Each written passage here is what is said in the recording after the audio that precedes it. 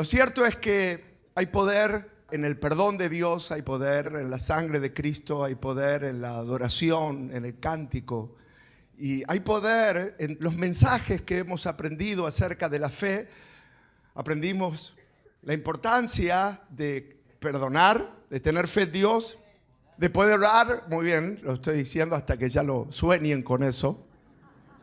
Que puedan tener una vida de oración, una vida de perdón, porque una vida de oración conlleva una vida de perdón. Los discípulos alguna vez le preguntaron, ¿y cuántas veces tengo que perdonar?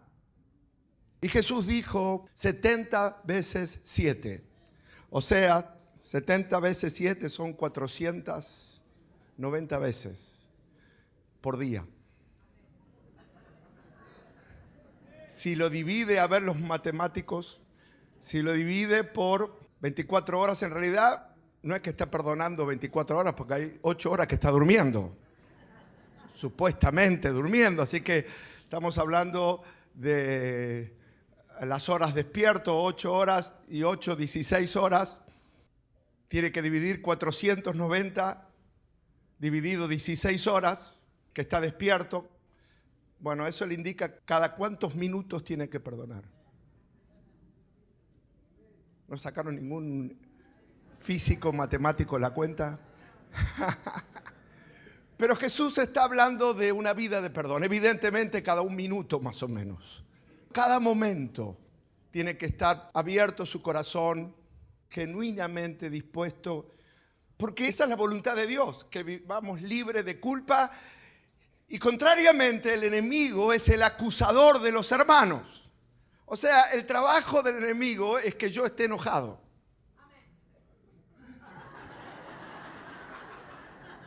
Y cuando usted se enoje con la vida, con el mundo, con todo lo que pasa, entonces el enemigo está diciendo, bueno, están trabajando para mí, así que yo me voy.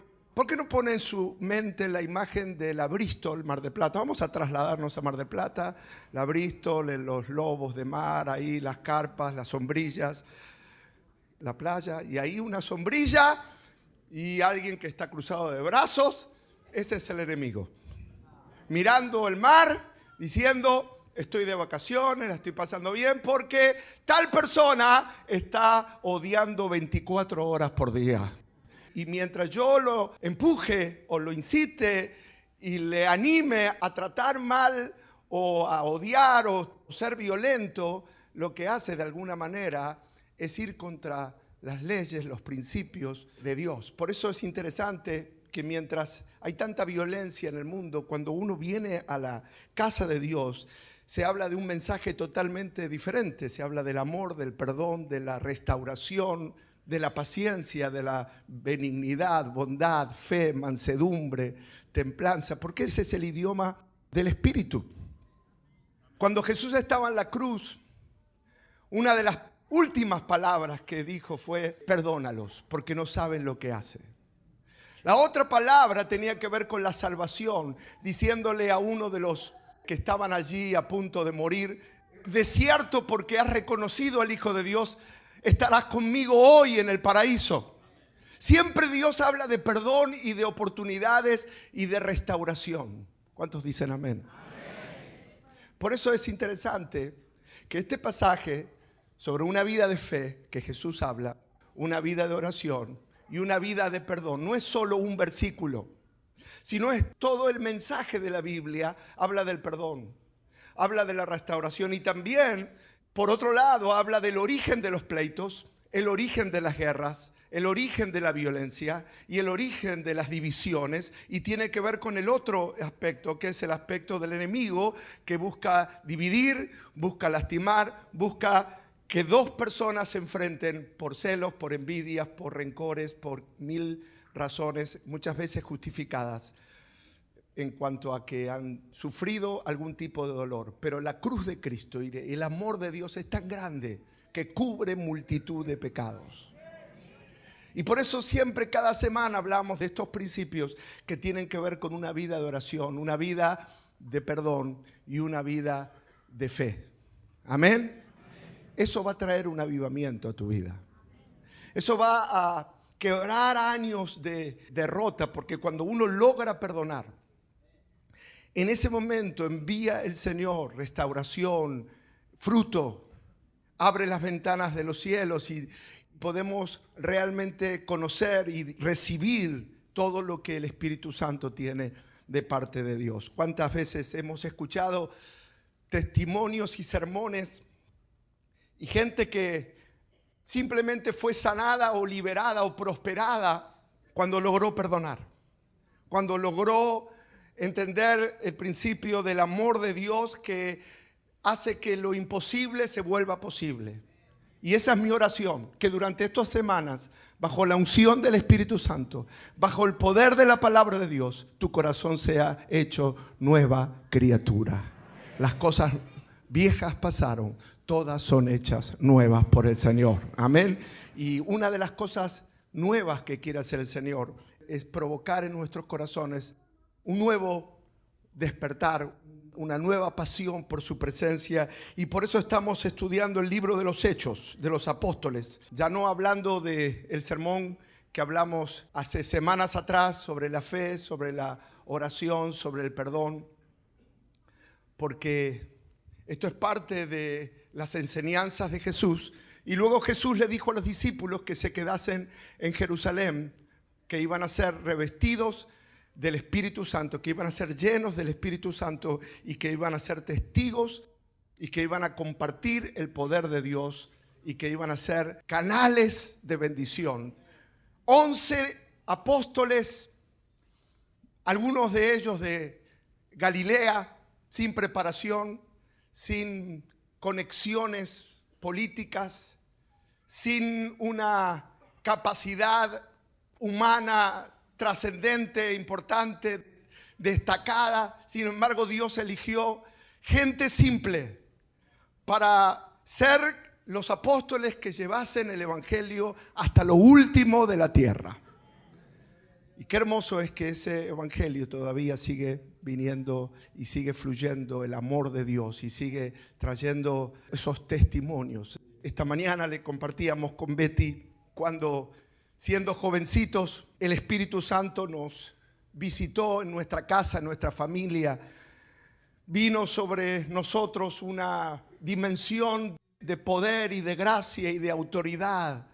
El Espíritu Santo comenzó a manifestarse y multitudes comenzaron a venir.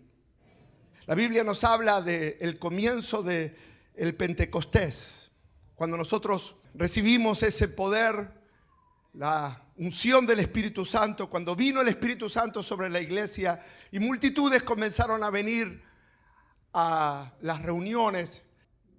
Siempre dijimos que la clave o la búsqueda de las personas no están centralizadas en un hombre. La unción no la tiene el hombre no puede sanar, el hombre no puede cambiar las vidas.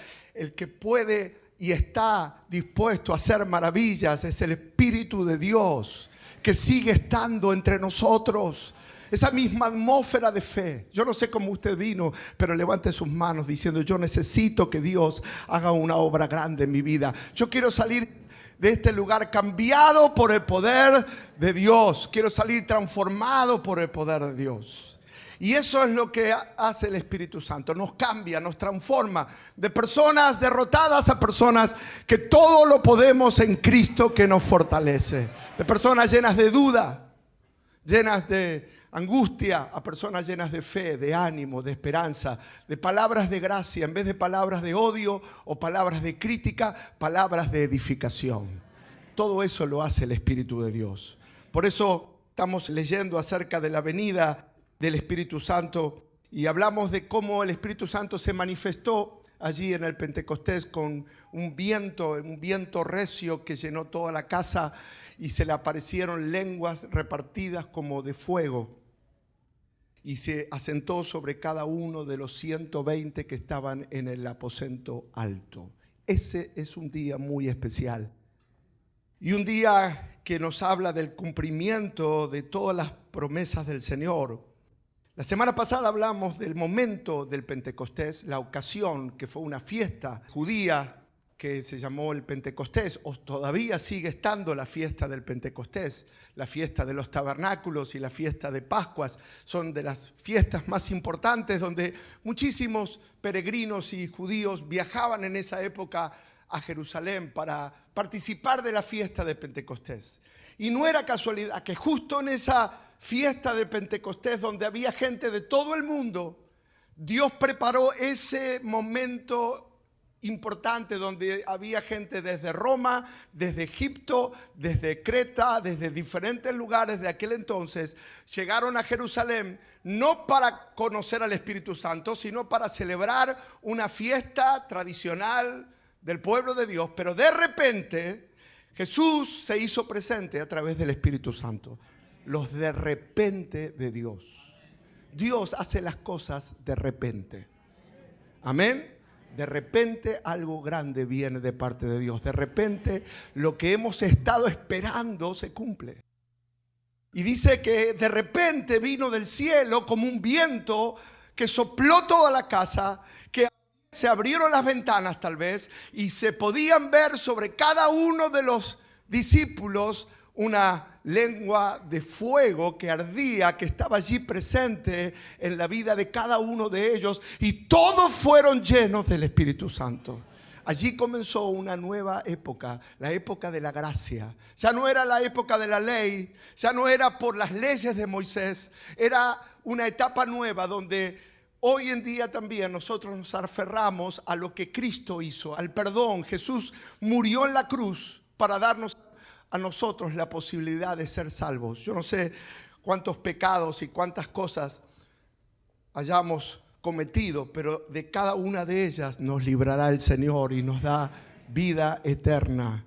Ese es el momento, cuando comenzó la época de la gracia, la época de la iglesia, comenzó en el Pentecostés. La época donde Dios toma un grupo de personas, las unge, les da poder, les da autoridad y los envía hasta lo último de la tierra. Todavía no ha terminado esa época. Todavía Dios quiere hacer algo grande en nuestras ciudades. Así que esa fue la ocasión en la fiesta del Pentecostés. Lo segundo que vimos la semana pasada es la manifestación, porque cuando Dios se hace presente, Él es notorio. Cuando Dios se manifiesta, lo vamos a ver. Por eso Dios no es una cuestión mental. Dios no es algo que el hombre provoca a través de su capacidad mental. Dios es una manifestación. Jesús es sobrenatural. El Pentecostés es el inicio sobrenatural de la presencia de Jesús en la vida del ser humano. Caminaba con 12, luego fue a la cruz. Murió por nuestros pecados, fue el Cordero de Dios que llevó nuestras iniquidades, nuestras enfermedades. Luego murió, la muerte no lo pudo retener y resucitó al tercer día. Y hoy está sentado a la diestra del Padre, intercede por nosotros. Pero espere, lo que pasó es que 50 días después de la muerte de Jesús, en ese día vino una manifestación sobrenatural. Y se pudo ver, evidentemente, cada vez que Dios dice es el momento, Él decide mostrarse. Se mostró en el Sinaí, se mostró en la zarza que ardía y no se consumía, se mostró en la paloma que vino sobre Jesús cuando Jesús se bautizó, y se va a mostrar, se va a manifestar. Yo no sé cuál es tu necesidad, pero Dios se quiere manifestar. Todavía el fuego, el viento, la autoridad todavía tiene poder para sanar. Hermanos, por eso el Señor nos enseñó: en vez de llenar nuestro corazón de odio, llenémonos de Cristo. No puede convivir el odio con el amor de Dios. No se llevan bien, porque el amor de Dios lo quiere llenar todo. Usted no le puede decir al Señor: quiero que entres a mi corazón, pero tenés que convivir con estas. A este no me lo banco, al otro le deseo lo peor. Así que toma lugar en mi corazón. Si encontrás una sillita. El Señor dice: no, yo entro, soy el rey. el Rey. Y voy a traer esperanza, unción, perdón. Voy a hacer que tu vida tenga propósito. La gente se llena de angustias y de malos sentimientos porque esa es la tarea del enemigo. Inspirar al rechazo, inspirar a los celos, a la competencia, a la incredulidad. La obra del Espíritu Santo es todo el tiempo hablarnos lo que nos está diciendo hoy. Tengan fe en Dios. Jesús murió por ustedes. El amor cubrirá multitud de odios. Y Dios hará justicia. Porque el que hace justicia no es la fuerza del hombre. Jesús dijo, no digas yo me vengaré. Espera que Él hará la obra. Y toda la Biblia habla de la honra y del fruto de aquella persona que supo esperar en Dios. Imagínese José, cuando fue casi el hombre más importante del mundo, el príncipe de Egipto. Un hombre que había sido golpeado, maltratado por sus hermanos. Casi lo matan, después lo metieron en un pozo, después se burlaron, lo pisotearon, lo vendieron, lo denigraron cuando tenía apenas 17 años. Y cuando fue vendido a Egipto, le desearon lo peor.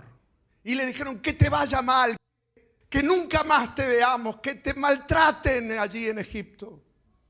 Pero se equivocaron en algo los hermanos de José, que Dios era el que hacía justicia. El que conspirare contra ti lo hará sin mí, dice la Escritura. Eso dice la Escritura. Por lo tanto, es tan importante confiar en el proceso de Dios. Y en ese proceso de Dios, en ese plan de Dios, José terminó en la casa de un general egipcio llamado Potifar. Y no le fue muy bien, que digamos, le fue peor. Porque tuvo un inconveniente familiar allí en la casa de Potifar y terminó en la cárcel. Y en la cárcel le fue peor.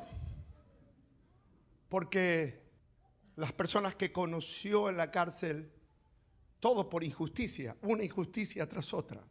¿Conoce gente que le va una injusticia tras otra? Y dice, la vida no es justa. Mire, la vida lo está preparando para algo glorioso. Simplemente tiene que aprender a confiar, a perdonar, a orar y a poner sus ojos en Él. Y en una constante en la vida de José es que nunca le echó la culpa a Dios por lo que le había pasado. Y después de muchos años de soledad, de oscuridad, de sufrimiento, lejos de su familia, en Egipto, cuando sus hermanos se reían de él diciendo, ¿en qué estará este muchacho? ¿Cómo le estará yendo? El Señor lo estaba levantando más y más y más y más. Y le estaba dando más y más y más gracia, más y más sabiduría. Estaba allí en prisión y el Espíritu Santo le daba dones. Pero no estaba en prisión porque había hecho algún daño, sino simplemente por las circunstancias de vivir en un país ajeno y pasar por todas las circunstancias injustas que un ser humano puede enfrentar. Sin embargo, Dios estaba con él. Y en un momento el faraón tuvo un sueño, un momento donde lo desequilibró y pidió revelación, conocer, saber. Algo lo inquietaba. Y alguien le dijo, yo conocí a una persona en la cárcel que me interpretó, una persona sabia, tenía algo especial, se lo veía diferente. Y el faraón dijo, todos los magos de Egipto, todos los agoreros, todos los brujos que tengo no me ayudan en nada. Son unos inútiles. Búsquenme este hebreo. Y vino el hombre y le habló que se preparara porque iban a venir tiempos de vacas gordas y vacas flacas y que tenían que prepararse, ser buenos administradores de la abundancia. Y empezó a fluir con palabra y este hombre dijo, wow, ¿de dónde salió este hombre? Esta sabiduría es lo que yo necesito para mi reino. Y lo terminó poniendo de la prisión al palacio, sin escalas. ¿Y qué pasó? ¿Qué pasó? En el lugar donde vivían los hermanos, ahí en Israel, que era la época de abundancia, vino la época de sequía. La época de prosperidad se transforma en una época de crisis.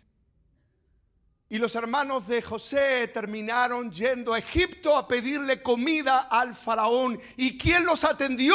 Su hermano, a quienes ellos habían denigrado, lastimado, deseado la muerte. Y Dios lo terminó poniendo por encima de todo. ¿Por qué hablo esto? No tiene nada que ver con el Pentecostés. Pero sé que aquí Dios está preparando corazones para sanarlos y restaurarlos y librarlos del dolor, porque Dios tiene planes y propósitos. No mires tu presente, mira los propósitos de Dios que se van a cumplir, los planes de Dios que se van a cumplir en tu vida. Por eso es tan importante una vida de perdón, una vida de consagración. Amén. Por eso es tan importante levantarse cada mañana diciendo: Señor, no me desanimo por hoy, porque sé que en tus manos están mis tiempos y porque tú tienes control de todas las cosas. Y José terminó siendo un canal de bendición impresionante para todo el pueblo de Dios. Y cada uno de nosotros nació a esta nueva vida para dar a conocer el testimonio y anunciar de las tinieblas a su luz admirable el gran cambio que hay. Hay un gran cambio de conocer a Jesús. Y el mejor cambio es que Dios va a cambiar tu corazón. Pero cuando Dios llega, cuando Dios se manifiesta, lo hace con sabiduría, lo hace con poder. Así pasó en el Pentecostés. Vino el Espíritu Santo y se manifestó. Vino un momento glorioso y esa razón, hablamos entonces de la ocasión, la manifestación del Espíritu Santo, la razón que es enviar a los discípulos hasta lo último de la tierra. También la cuarta razón de lo que vimos es que Dios quería que los testigos presentes se quedaran maravillados y asombrados del poder de Dios manifestándose en la vida de las personas. Así me pasó el año pasado cuando estuve predicando con el evangelista Carlos Anacondia en la zona de La Ferrere. Cuando todavía, después de tantos años, al pasar Carlos Anacondia al altar y tener miles de personas adelante y orar junto con él y ver cómo Dios comenzaba a tocar a las personas, yo todavía aún hoy, después de más de 38 años de ser pastor, digo, todavía me sigue maravillando el río de Dios, el amor de Dios, el poder de Dios. Porque cada persona que conoce al Espíritu Santo será testigo, será un canal de la llegada del Espíritu Santo. Cuando el Señor se hace presente, las personas son tocadas, son cambiadas, son alentadas, y justamente ese es el momento glorioso cuando viene la manifestación evidente del cielo. Y yo anhelo que esta noche haya una manifestación gloriosa de esas señales. El viento, la palabra viento en el griego es pneuma, que tiene que ver con el aliento. Cuando Dios creó al hombre, le dio vida y le dio aliento. Utiliza esa misma palabra, el aliento de Dios, el viento de Dios. Sopló sobre el hombre y fue un ser viviente.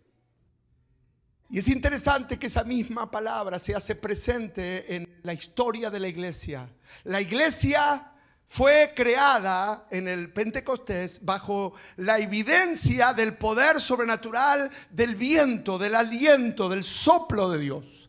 Así como sopló y dio vida a Adán, así sopló y dio vida a la iglesia.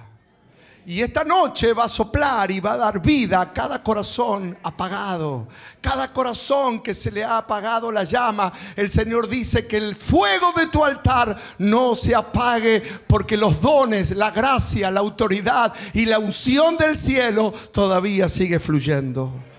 Así que allí está el aliento, el viento de Dios, el soplo de vida. Amén. Cuando viene el soplo de Dios, el aliento de Dios, cuando viene un tiempo de avivamiento, nosotros no somos los mismos. Hay un cambio de atmósfera. Es como cuando uno abre la ventana de la casa y deja que el viento o que el aire fresco ingrese por las ventanas. Dios quiere abrir ese nuevo ambiente espiritual en nuestros corazones para que podamos tener un encuentro sobrenatural con el Dios de la zarza, con el Dios de la nube de gloria, con el Dios del Sinaí, con el Dios de Moisés, con el Dios de Elías. El Dios del fuego, el Dios de la autoridad sigue siendo nuestro Dios. Amén.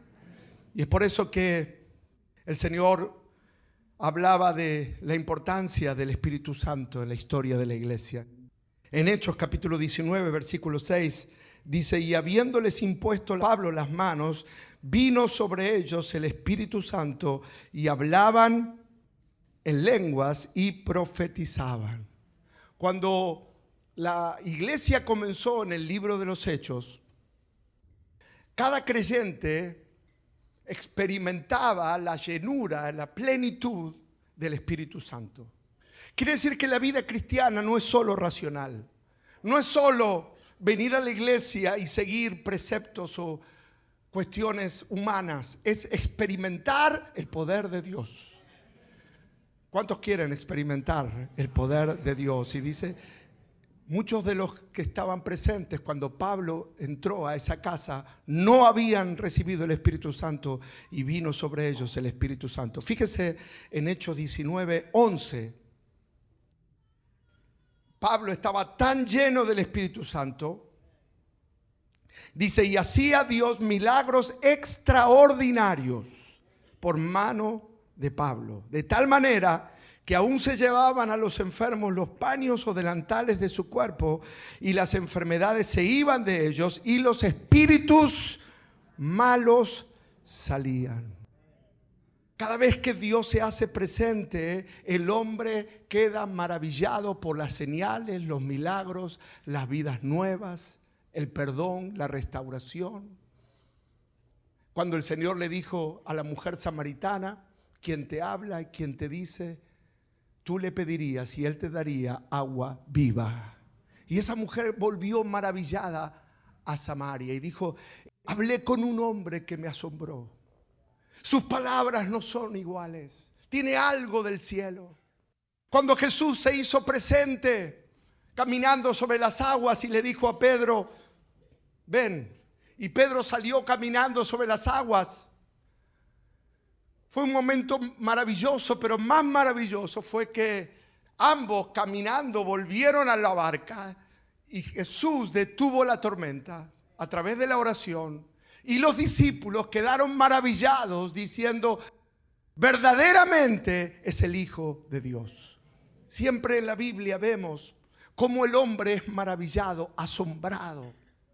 Necesitamos, como Moisés, que estaba maravillado. Y el Señor le dijo, Moisés, quita el calzado de tus pies porque estás en un lugar santo. El significado del momento, del lugar, era un momento maravilloso, asombroso. No era un momento más.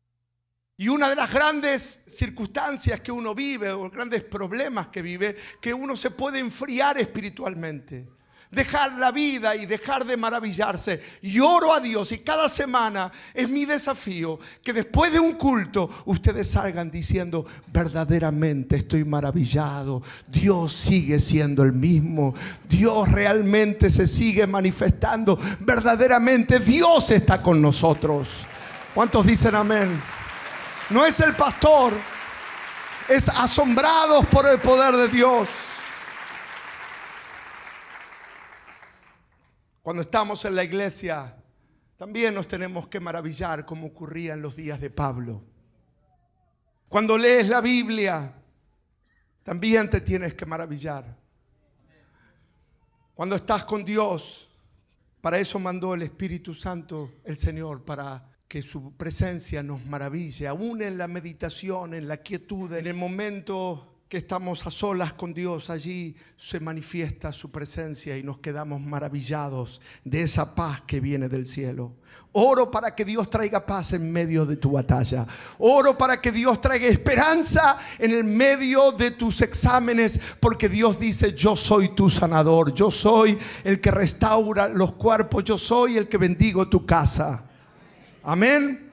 El propósito del Pentecostés también es mostrarnos la importancia de la unidad del Espíritu. Porque dice la Biblia que los hermanos estaban unánimes juntos orando. Efesios capítulo 4, versículo 3. En la Nueva Traducción Viviente, Efesios 4:3, dice la Escritura: hagan todo lo posible para mantenerse unidos en el Espíritu y enlazados mediante la paz. Pues hay un solo cuerpo y un solo Espíritu, tal como ustedes fueron llamados a una misma esperanza gloriosa. Justamente el mensaje del Señor es querer derramar su Espíritu, querer derramar su gloria, pero para eso los hermanos, dice, hagan todo lo posible para mantenerse unidos, porque ese es el ambiente de donde cae la gloria. Gloria a Dios. No solamente juntos, sino unidos. Amén. Qué fuerte es eso, porque la unidad es fruto del Espíritu, es parte de la obra del Espíritu. El Espíritu Santo trabaja en la unidad. El Espíritu trabaja para que los hermanos se mantengan unánimes juntos, para que haya bendición y vida eterna, para que haya unción. Amén. Y también la disposición de los hermanos en hacer todo lo posible para mantenerse unidos en el Espíritu y enlazados mediante la paz. Y para tener paz también hay que tener un espíritu de perdón.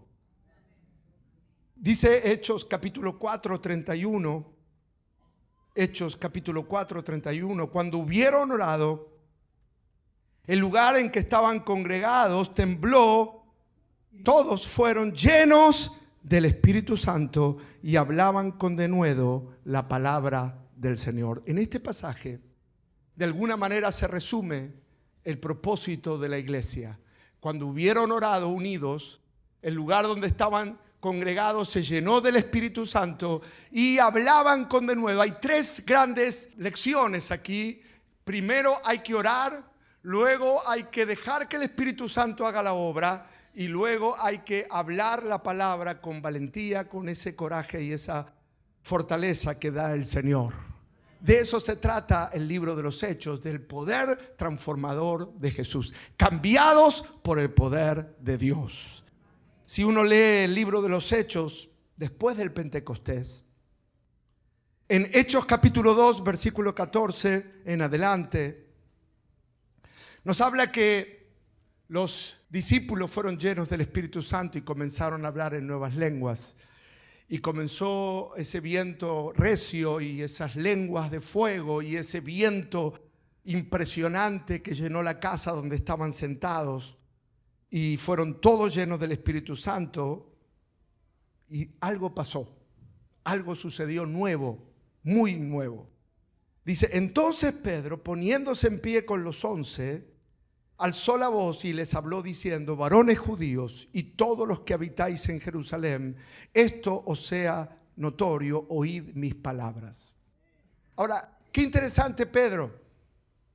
50 días antes, diga conmigo, 50 días, apenas 50 días antes, más o menos, lo había negado a Jesús. Cuando una mujer lo reconoció y dijo: pero tú no eres uno de los que estaban con Jesús. Yo no tengo nada que ver. Maldigo a quien me conecte con ese hombre.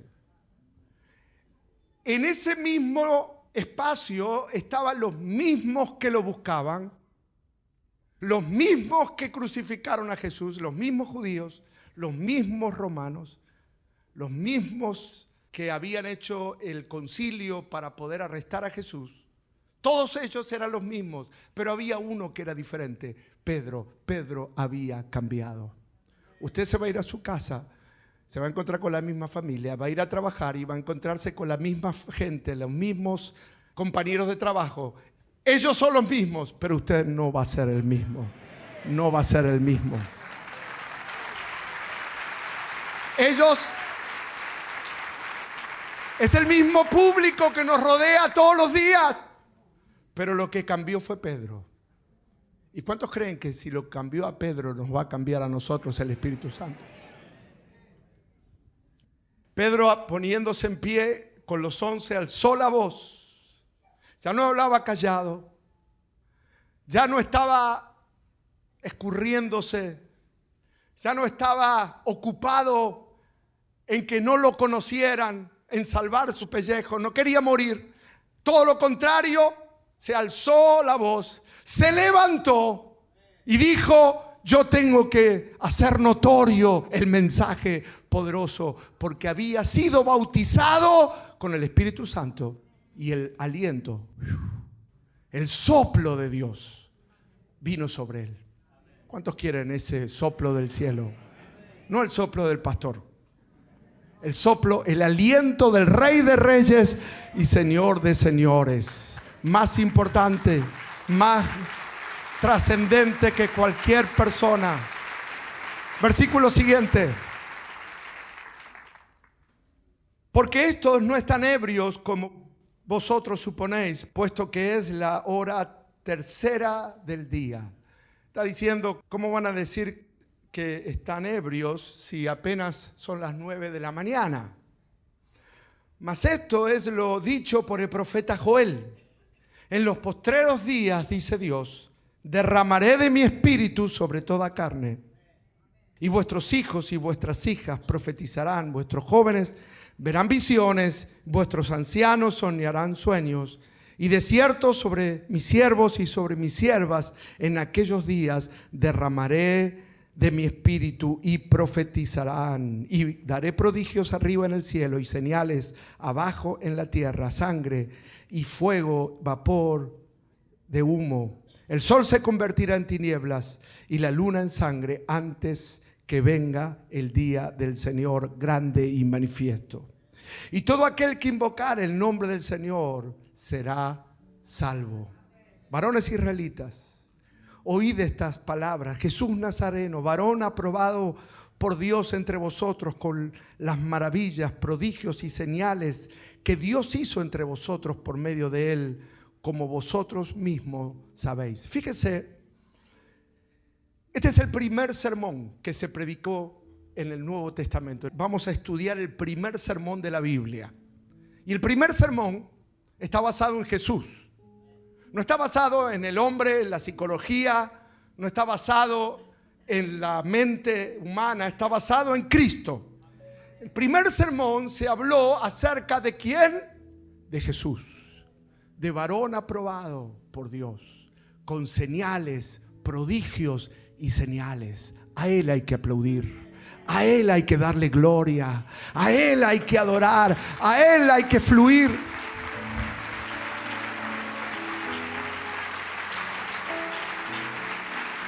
A él hay que darle honra.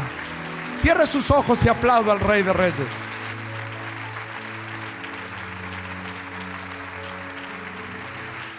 A este, entregado por el determinado consejo y anticipado conocimiento de Dios, sigue hablando Pedro, a los que lo arrestaron.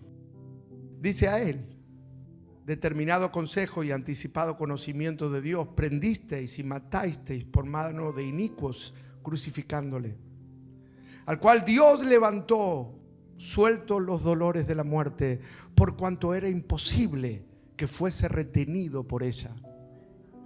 Fíjese que hubo una lucha entre la muerte y Jesús. Por primera vez en la Biblia se habla de la muerte como un poder. Un poder que quiso retener a Jesús.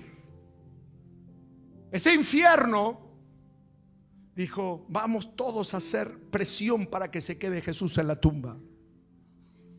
Y el infierno mismo trató de retener la profecía, pero lo que Dios dijo se cumplió. Al tercer día resucitó. ¿Para qué? Para que usted esté aquí hoy confesando el nombre de Jesús. Todo aquel que invocar el nombre de Jesús será salvo. Gloria a Dios. Así que la muerte no lo pudo retener, porque Dios te estaba levantando una iglesia poderosa.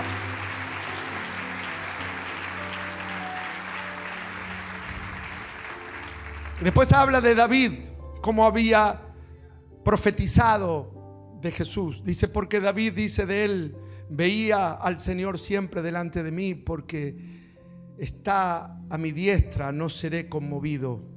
Por lo cual mi corazón se alegró y se gozó mi lengua, y aún mi carne descansará en esperanza, porque no dejarás mi alma en el Hades, ni permitirás que tu santo vea corrupción. Me hiciste conocer los caminos de la vida, me llenarás de gozo con tu presencia. Varones hermanos, se os puede decir libremente del patriarca David, que murió y fue sepultado, y su sepulcro está con nosotros hasta el día de hoy. Pero siendo profeta y sabiendo que con juramento Dios lo había jurado, que su descendencia en cuanto a la carne levantaría al Cristo para que se sentase en su trono, viéndolo antes, habló de la resurrección de Cristo, que su alma no fue dejada en el Hades, ni su carne vio corrupción. A este Jesús resucitó Dios, del cual todos nosotros somos testigos. Así que, exaltado a la diestra de Dios y habiendo recibido del Padre la promesa del Espíritu Santo, ha derramado esto que vosotros veis y oís. ¿Qué es esto? Esto es la persona del Espíritu Santo. Pedro está hablando de la manifestación del Espíritu Santo. Está diciendo, el Padre ha derramado la promesa. Porque David no subió a los cielos, pero él mismo dijo el Señor a mi Señor, siéntate a mi diestra hasta que ponga a tus enemigos por estrado de tus pies. Sepa pues ciertísimamente toda la casa de Israel, que este Jesús a quien vosotros crucificasteis, Dios lo ha hecho Señor y Cristo. Al oír esto, se compungieron de corazón y dijeron a Pedro y a los otros apóstoles, varones hermanos, ¿qué haremos? Y Pedro les dijo, arrepentíos y bautícese cada uno de vosotros en el nombre de Jesús para perdón de los pecados, y recibiréis el don del Espíritu Santo. Qué interesante cómo Pedro pasó de ser un hombre intimidado a ser un hombre valiente, de ser un hombre inmaduro a ser un hombre sensato, de ser un hombre imprudente a ser un hombre sabio. En apenas 50 días su vida cambió. Esa fue la labor del Espíritu Santo. El mensaje que tenía Pedro era el mensaje que tenemos nosotros hoy. Y yo quiero ya mismo, en los próximos minutos, ya orar, pedirle al Espíritu Santo que cada uno de ustedes pueda ser cambiado, transformado. Usted tal vez dice, pastor, yo necesito ser sanado, ser restaurado, que las cadenas caigan, que las tinieblas desaparezcan en mi vida. Quiero ser bautizado con la promesa del Espíritu Santo. ¿Cuántos quieren ese fuego y esa autoridad de Dios? Póngase en pie, por favor. Gracias, Señor. Y a ti te vamos a dar la gloria, Jesús. Levante sus manos y diga, Señor, crea en mí, oh Dios, un corazón limpio y renueva un espíritu recto dentro de mí. Y no me eches de delante de ti, no quites de mí tu Santo Espíritu. Devuélveme el gozo de la salvación. Señor, me doy cuenta que necesito ser lleno de ese poder. Esto es lo que dijo el profeta Joel. Esto es.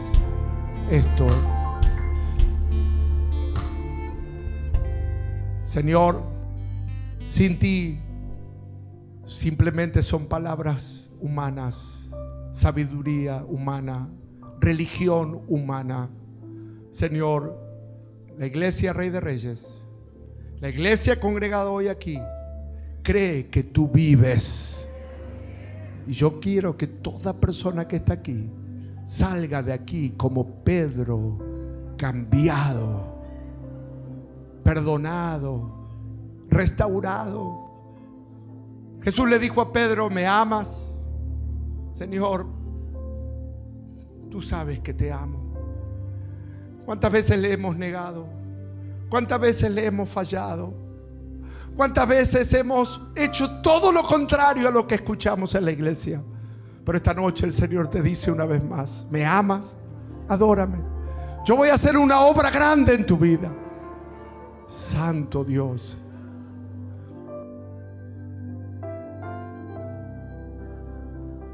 Y el lugar donde estaban congregados fue lleno del Espíritu Santo. Así que levante sus manos y diga: Señor, yo recibo ese bautismo del Espíritu Santo. Yo recibo ese poder, yo recibo ese perdón, esa fuerza, esa gracia, esa abundante misericordia que viene del cielo. Gracias. Recibo en tu nombre. Gracias, Señor, mientras tú haces maravillas esta noche, mientras tú respondes a las necesidades, pídele, clama a Dios, pídele a Dios que no sea una noche más. Gracias, Señor, gracias. Tú eres el Rey de Reyes. Tú eres el Rey de Reyes. Hace maravillas, Señor. Ahora, Dios, ahora. Muévete en esta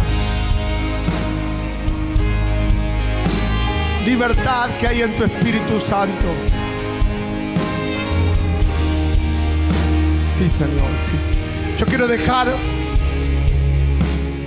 que la música comience a inspirar nuestros corazones. ¿Cuántos necesitan que Dios se manifieste en su vida? Cierre sus ojos.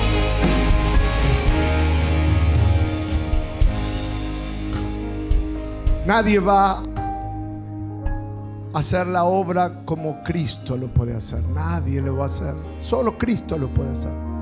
Solo Cristo es tu sanador, el que bautiza, el que cambia, el que restaura. Por eso ahora cierre sus ojos y diga: Señor, lléname ahora. Declaro que no hay nadie como tú, Señor, y que se cumplan las promesas. Señor, oro para que toda persona enferma salga sana. Toda persona que vino con su espíritu apagado, triste, salga con aliento del cielo. Los que no han podido perdonar, que perdonen. Los que no han sido bautizados con el Espíritu, que reciban. Señor, aún aquellos que están lejos de la iglesia, tócalos ahora. Ahora. Gracias. Gracias. Todos orando. Hay una unción muy fuerte aquí. Todos orando, todos pidiéndole a Dios. Dios dice: haré una obra grande en tu vida. Una obra de perdón. Una obra de dejar atrás una vida de derrota. Una vida de temor. Una vida lejos de Dios. Señor, para tu gloria.